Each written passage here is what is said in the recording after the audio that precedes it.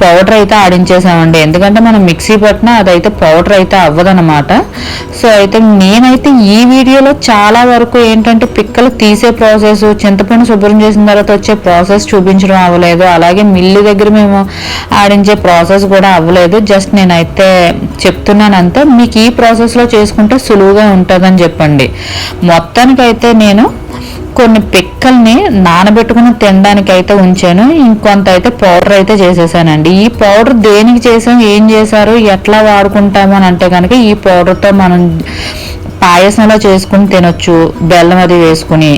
Next ఏంటంటే ఇగురు కూరల్లో వేసుకుంటే అంత బాగోదండి, జిగురు జిగురుగా ఉంటుంది. ఎందుకంటే చింతపిక్కల్లో సహజంగా జిగురు ఉంటుంది. సో ఇగురు కూరల్లో వాడొద్దండి. ఇది పులుసుల్లో వేసుకుంటే మాత్రం అద్భుతమైన రుచి అయితే వస్తుందండి.